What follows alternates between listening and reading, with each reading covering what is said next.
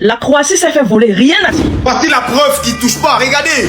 Cette action va faire débat. Le dernier but de la Croatie doit être accepté.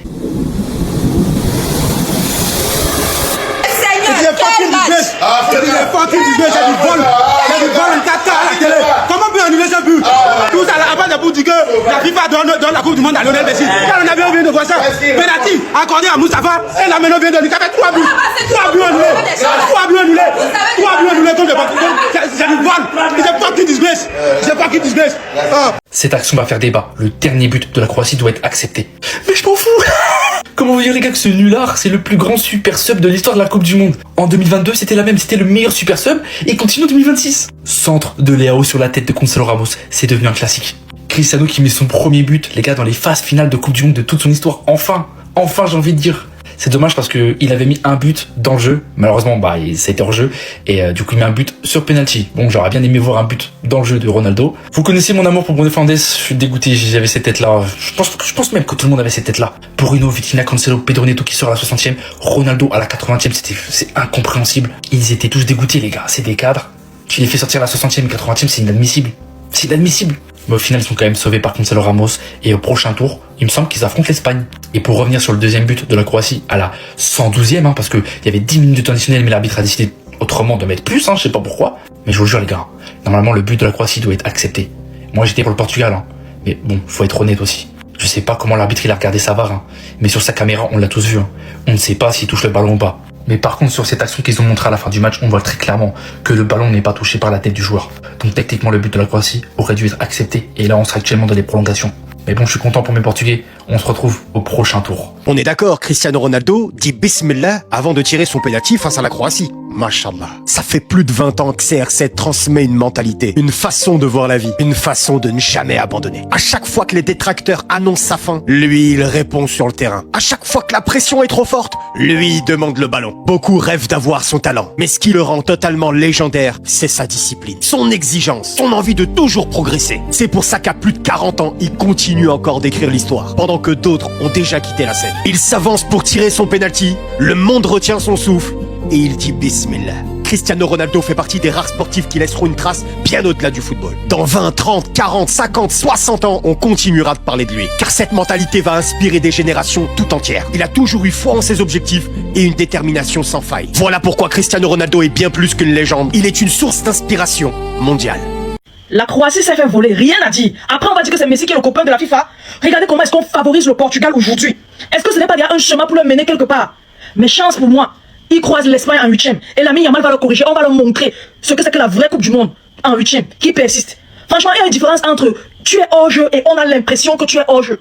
Tu es hors jeu d'un cheveu, d'un poil, et on a l'impression que tu es hors jeu. On ne peut pas avoir l'impression sur un hors-jeu, soit tu es hors-jeu ou tu ne l'es pas. On ne peut pas avoir l'impression que quelqu'un est hors-jeu. Il n'est pas du tout hors-jeu. Vous annulez un but égalisateur à la dernière minute du match. Pourquoi? Fallait laisser aller aux prolongations, que tout se décide aux prolongations.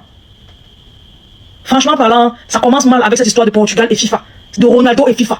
Ça commence vraiment mal. J'espère bien que l'Espagne va leur régler leur compte et qu'ils vont rentrer. Voilà. Le match commence normalement. Portugal-Croatie, 16e de finale.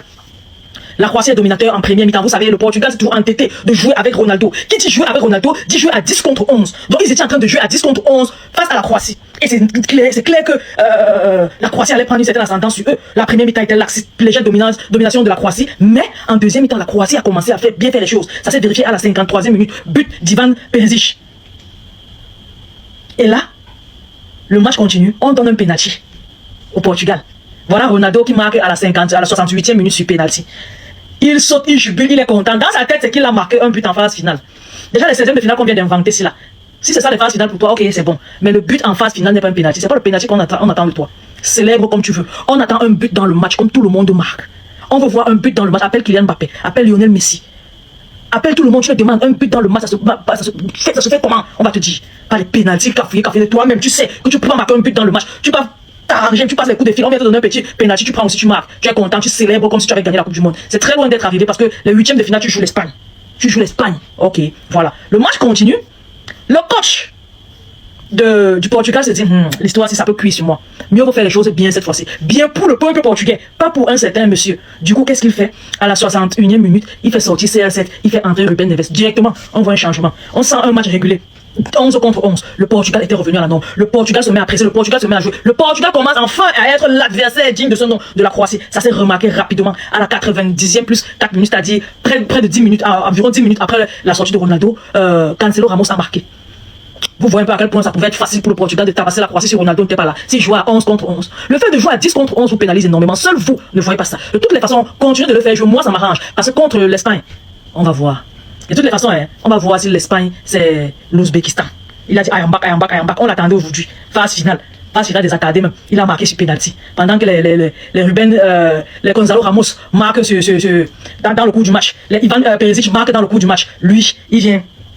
Les Pedro Porro et autres marquent dans le cours du match. Les Kylian Mbappé dans le cours du match. Erling Haaland dans le cours du match. Même les Congolais, les Sénégalais, les Ivoiriens ont marqué dans le cours du match. Lui, il vient se procurer un penalty important, un penalty égalisateur. Il marque, il se dit qu'il l'a marqué. Non, ça va. Le Portugal, l'Espagne va vous rendre ça difficile parce que l'Espagne voulait jouer en 8e de finale. Et la messe est dite à partir de ces 8e de finale. C'est sans manquer d'insister sur le fait que on a sifflé 3 hors-jeu de la Croatie dans ce match. On appelle ça comment? Dites le vol en commentaire, on va aussi lire. Les gars, partagez la vidéo au maximum, laissez votre différence avis en commentaire, surtout abonnez-vous à la page. Je vous aime beaucoup, on se dit à la prochaine. Bye bye. Voici la preuve qui touche pas. Regardez. Comment tu touches un ballon et puis ça change pas de direction? Expliquez-moi, comment tu vas toucher un ballon et puis ça change pas de direction à une si grande vitesse? Il touche pas le ballon. Regardez la vidéo, vous allez voir. Vous savez pas ce qui me fait mal en tant que fan de Messi, hein? C'est même pas le penalty que Ronaldo a tiré. Parce qu'en vrai, ce penalty est justifié. Moi, je n'ai rien contre ça. C'est un penalty. Maintenant, si Messi était dans le même cas que Cristiano Ronaldo, et puis dans un match compliqué comme ça, il y avait penalty, on allait dire que Messi c'est le chouchou de la FIFA. C'est clair, c'est ce qu'ils allaient dire. Que la FIFA aime trop Messi, tout ça. Maintenant, passons à autre chose. Là, on doit faire. Parce que les gars, Clément Vieira, touche le ballon avec là. Là, c'est un volant cacaille, tout le monde le sait. Même les fans de CR7 le savent. Et comme pour eux, Ronaldo n'est pas le chouchou de la FIFA, ça passe crème. Imaginez si c'était Messi maintenant. Messi où, voilà, il y avait un vol comme ça. Ils allaient se plaindre partout. Messi, la FIFA aime trop Messi. Messi, il est ci, Messi, il est ça.